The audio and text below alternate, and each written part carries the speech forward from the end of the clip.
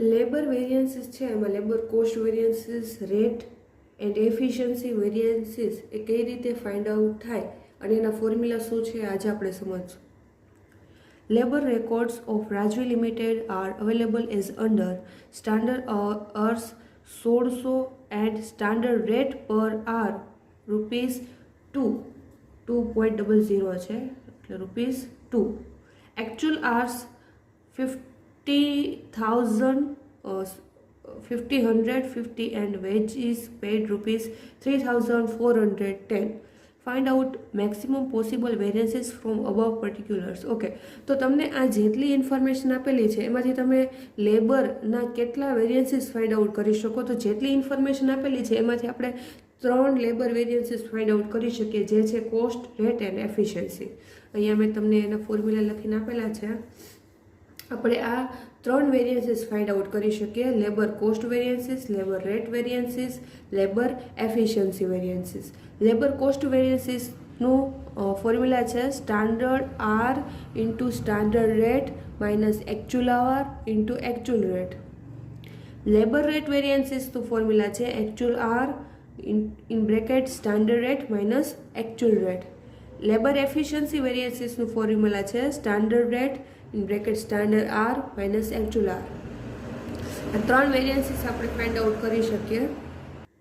આ જેટલી પણ ઇન્ફોર્મેશન આપેલી છે એના પરથી આપણે આ 3 વેરિયન્સીસ ફાઇન્ડ આઉટ કરી શકીએ. અને આ સમ છે એ તમારા પ્રીવિયસ યરમાં ક્વેશ્ચનમાં પૂછાયેલો સમ છે.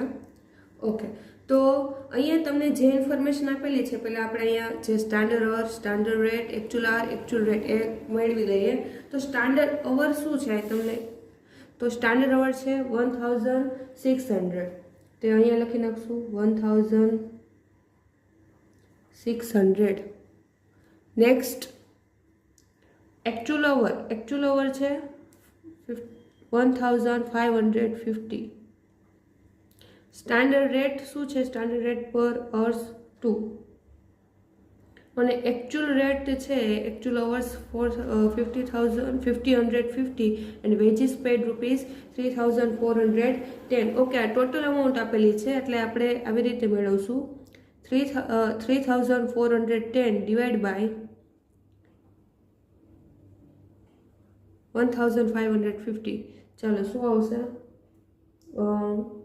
2.20. આ પર અવર પ્રાઇઝ મળી, રાઈટ? પર અવર પ્રાઇઝ મળી 2.20. ડન. ઓકે, હવે તમને જે પણ આપેલા છે એ આ ફોર્મ્યુલામાં અપ્લાય કરી અને આન્સર મેળવવાનો છે. તમે વિડીયો પોઝ કરી અને જાતે પણ આન્સર મેળવો અને પછી કરાવો ત્યારે મેચ કરો કે આન્સર સાચા છે કે ખોટા. ઓકે,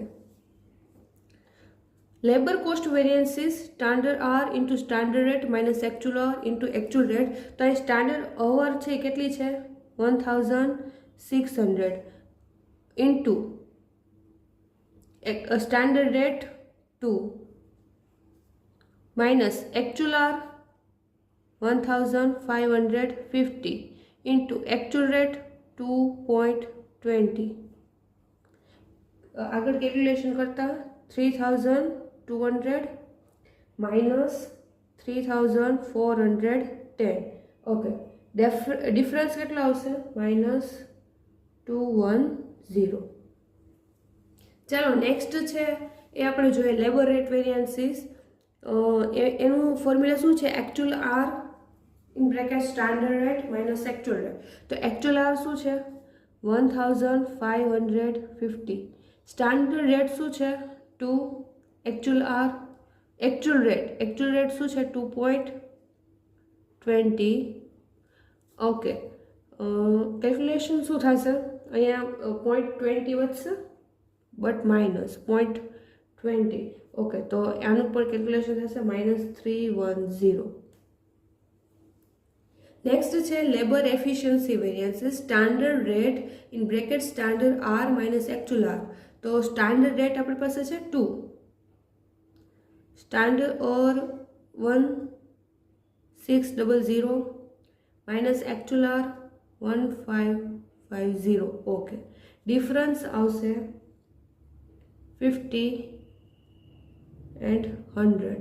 ઓકે, રિકન્સિલેશન છે એમાં એનું સૂત્ર છે કે labour cost variances equal to labour rate variances plus labour efficiency variances. એટલે કે લેબર કોસ્ટ વેરિયન્સીસ આપણે શું મળ્યો છે -210, labour rate variances -310 plus labour efficiency 100. Okay, આનો ડિફરન્સ પણ -210 આવી જાય છે. આ આપણે રિકન્સિલેશન કરેલું કહેવાય.